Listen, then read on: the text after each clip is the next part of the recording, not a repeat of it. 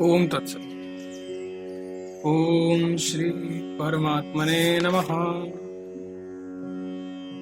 ओम श्री गुरुवे नमः।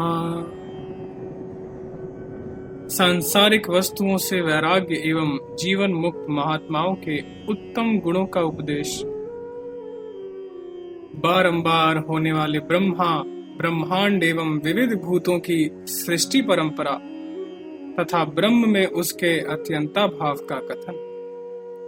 श्री वशिष्ठ जी कहते हैं, रघुनंदन, रमणीय स्त्री आदि तथा धन के नष्ट होने पर शोक का कौन सा अवसर है?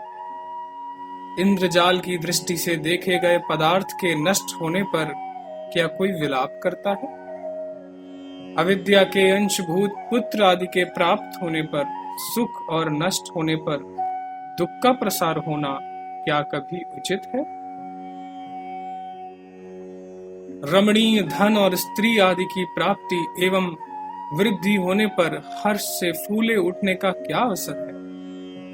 क्या मृग तृष्णा के जल की वृद्धि होने पर जलार्थी पुरुषों को आनंद प्राप्त होता है? कदापि नहीं।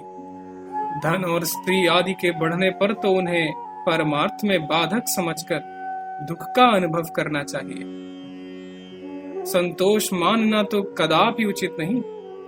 संसार में मोह माया की वृद्धि होने पर भला कौन सुखी एवं स्वस्थ रह सकता है?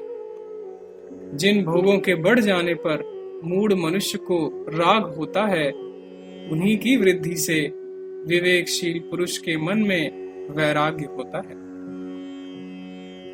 नश्वर धन और स्त्री आदि के सुलभ होने में हर्ष का क्या कारण है? जो इनके परिणाम को देख पाते हैं, उन साधु पुरुषों को तो इनसे वैराग्य ही होता है। अतः रघुनंदन, संसार के व्यवहारों में जो वस्तु नश्वर प्रतीत हो, उसकी तो तुम उपेक्षा करो, और जो न्यायतः प्राप्त हो जाए उसे यथा योग्य व्यवहार में लाओ, क्योंकि तुम तत्वज्ञ हो। अप्राप्त भोगों की स्वभावता कभी इच्छा न होना और दैवात प्राप्त हुए भोगों को यथा योग्य व्यवहार में लाना, यह ज्ञानवान का लक्षण है। जिस किसी भी युक्ति अथवा साधन से जिस पुरुष का जड़ दृश्य से राग चला जाता है, उसकी परमात्मा में दृढ़ विश्वास रखने वाली विमल बुद्धि कभी मोहरूपी सागर में नहीं डूबती। यह असत है। ऐसा समझकर जिसकी समस्त सांसारिक वस्तुओं में आस्था नहीं रह गई, उस सर्वज्ञ को मिथ्या अविद्या अपने अंग में नहीं ले सकती, चंगुल में नहीं फंसा सकती। श्री राम अत्यंत विरक्त, अपने परमार्थिक स्वरूप में स्थित और वास स्थान में सब प्रकार की अहंता ममता से रहित हो तथा न्याय प्राप्त कार्य में तत्पर रहते हुए भी राग रहित हो, तुम आकाश के समान निर्लिप्त हो जाओ। क्योंकि कर्म में लगे रहने पर भी जिस ज्ञानी महापुरुष की उसमें ना तो इच्छा है और ना अनिच्छा ही, उसकी बुद्धि जल से कमल दल की भांति कभी लिप्त नहीं होती। तुम्हारी इंद्रियां और मन गौणी वृत्ति से दर्शन और स्पर्श आदि कार्य करें या ना करें, तुम सर्वथा इच्छा रहित हो, अपने वास्तविक स्वरूप में स्थित रहो। यह संसार सागर वासनाओं के जल से भरा हुआ है। जो शुद्ध बुद्धि रूप नौका पर आरूढ़ है, वे ही इसके पार जा सके। दूसरे लोग तो डूब ही गए। जो नित्य तृप्त, शुद्ध एवं तीक्ष्ण बुद्धि वाले जीवन मुक्त महात्मा हैं, उन्हीं के आचारों का अनुसरण करना चाहिए। भोग, लंपट, दीनहीन शठों के आचरणों का नहीं। महात्मा पुरुष सब कुछ नष्ट हो जाने पर भी खिन्न नहीं होते, देवताओं के उद्यान में भी आसक्त नहीं होते और शास्त्र मर्यादा का कभी त्याग नहीं करते। महात्मा पुरुष इच्छा रहित तथा न्याय प्राप्त व्यवहार का अनासक्त भाव से अनुसरण करने वाले होते हैं। वे ते रूपी रथ का आश्रय ले परमात्मा के स्वरूप में स्थित हो आसक्ति शून्य होकर विचरते हैं। परम सुंदर श्री राम, तुम भी यथार्थ एवं विस्तृत विवेक को प्राप्त कर चुके हो। अपनी इस पवित्र एवं तीक्ष्ण बुद्धि के बल से सदा विज्ञान आनंद घन आत्म स्वरूप में स्थित हो। श्री राम जी ने कहा, भगवान, आप संपूर्ण धर्मों के ज्ञाता और समस्त वेदांगों के पारंगत विद्वान हैं। आपके पवित्र उपदेश से मैं आश्वस्त पुरुष के समान अपने स्वरूप में नित्य स्थित हूँ। प्रवचन करते समय आपके मुख से जो उदार भावों से युक्त सुस्पष्ट सुंदर तथा परमात्मा के स्वरूप को प्रकाशित करने वाले वचन निकलते हैं, उन्हें सुनते सुनते मुझे तृप्ति नहीं होती, अधिक अधिक सुनने की इच्छा बढ़ती जाती है। आपने श्रुति पुराण आदि शास्त्रों के आधार पर कमल योनि ब्रह्मा की जो उत्पत्ति कही थी, उसका पुनः स्पष्ट रूप से वर्णन कीजिए। श्री वशिष्ठ जी ने कहा, रघुनंदन, इस ब्रह्मांड में तथा दूसरे दूसरे विचित्र ब्रह्मांडों में भी बहुत से विभिन्न आचार व्यवहार वाले सहस्त्रों प्राणी विचरते हैं। इसी प्रकार अन्यान समयों में उत्पन्न होने वाले अनंत भुवनों में दूसरे दूसरे बहुत से प्राणी एक ही समय अधिक संख्या में उत्पन्न होंगे। महाबाहो, उन ब्रह्मांडों में उन ब्रह्मा आदि देवताओं की उत्पत्तियां विचित्र सी हुई बताई गई। महासर्ग के आरंभ काल में कभी तो ब्रह्मा कमल से उत्पन्न होते हैं, कभी जल से, कभी अंड से और कभी आकाश से प्रादुर्भूत होते हैं। विभिन्न सृष्टियों में कोई भूमि केवल मिट्टी के रूप में प्रकट हुई तो कोई पत्थर, कोई सुवर्णमयी थी और कोई ताम्रमयी थी। इस ब्रह्मांड में भी भिन्न भिन्न प्रकार के कितने ही आश्चर्यमय जगत हैं। इस सच्चिदानंद घन पर ब्रह्म स्वरूप महाकाश में अनंत जगत महासागर की तरंगों के समान उत्पन्न और विलीन होते रहते हैं। जैसे समुद्र में लहरें और मरुमरीचिका में जल की धाराएं उत्पन्न होती हैं, उसी प्रकार परब्रह्म परमात्मा में अगणित विश्व की शोभा प्रकट होती है। तात्पर्य यह कि जैसे सूर्य की किरणों में जल की प्रतीति मिथ्या है, उसी प्रकार सच्चिदानंद घन परमात्मा में इस जड़ जगत का वैभव मिथ्या ही प्रतीत हो रहा।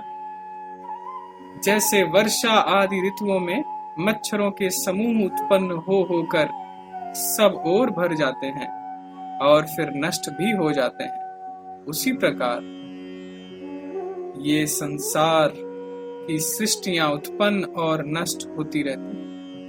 या नहीं ज्ञात होता कि ये सदा उत्पन्न और नष्ट होने वाली सृष्टि परंपराएं परमात्मा में कब से आरंभ हुई। ये सृष्टियां पूर्व से पूर्व काल में थीं और उससे भी पहले विद्यमान थी। इस प्रकार अनादिकाल से इनकी परंपराएं चल रही हैं। जैसे समुद्र में निरंतर लहरें उठती रहती हैं, उसी तरह परमात्मा में सदा ही ये सृष्टियां उत्पन्न एवं विलीन होती रहती हैं। देवता, असुर और मनुष्य आदि से युक्त ये समस्त प्राणी नदी की तरंगों के समान उत्पन्न हो होकर विलीन होते रहते हैं। जैसे मिट्टी की राशि में घड़े और अंकुर में पत्ते विद्यमान रहते हैं, उसी प्रकार भविष्य में होने वाली अन्य सृष्टि परंपराएं भी परब्रह्म परमात्मा में स्थित है। श्री राम,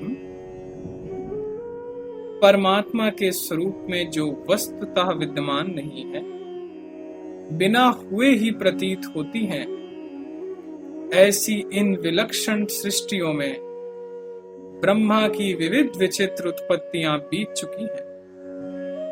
वास्तव में यह संसार मन के संकल्प का विस्तार मात्र है। यही सर्वसम्मत सिद्धांत है। मैंने केवल समझाने के लिए तुम्हारे समक्ष सृष्टि क्रम का वर्णन किया, फिर सतयुग, फिर त्रेता, फिर द्वापर और फिर कलयुग। इस प्रकार सारा जगत घूमते हुए चक्र की तरह बारंबार आता जाता रहता है। जैसे प्रत्येक प्रातः काल के बाद दिन आता है, उसी प्रकार पुनः मनवंतरों के आरंभ होते हैं।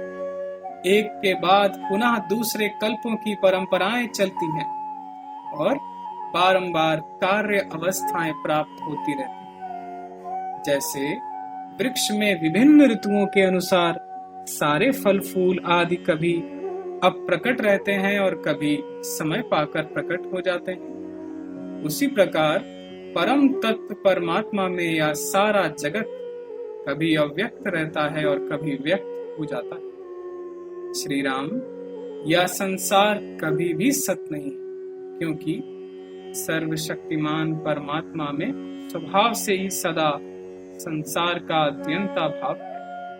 महामते, ज्ञानी की दृष्टि में यह सब कुछ ब्रह्म ही है, इसलिए संसार नहीं। यह कथन सर्वथा युक्ति युक्त ही है। अज्ञानी की दृष्टि में संसार का कभी विक्षेद नहीं होता, वह सदा बना रहता है। इसलिए यह संसार माया मिथ्या होती हुई भी मूढ़ के लिए नित्य है। यह कथन भी युक्ति संगत ही है। रघुनंदन, जगत बारंबार उत्पन्न होता रहता है, इसलिए कभी इसका अभाव नहीं है। ऐसा जो कुछ लोगों का कथन है, वह भी उनकी दृष्टि से मिथ्या नहीं। यह सब दृश्य पुनः पुनः प्रकट होता है। बारंबार जन्म और मरण होते रहते हैं। सुख दुख, करण और कर्म भी बारंबार हुआ करते हैं। दिशाएं, आकाश, समुद्र और पर्वत भी बारंबार उत्पन्न होते हैं।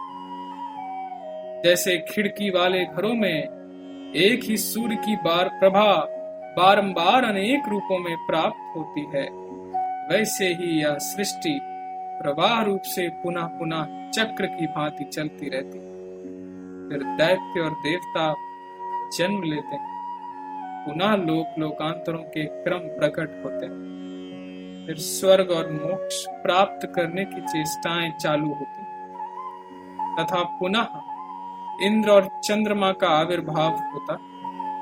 अनेकानेक दानव भी बारंबार जन्म लेते हैं, तथा बारंबार संपूर्ण दिशाओं में मनोहर चंद्रमा, सूर्य, वरुण और वायु का संचार होता रहता।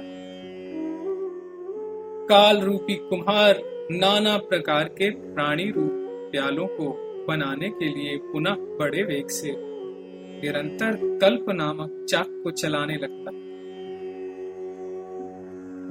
ओम तत्सत, ओम तत्सत, ओम तत्सत।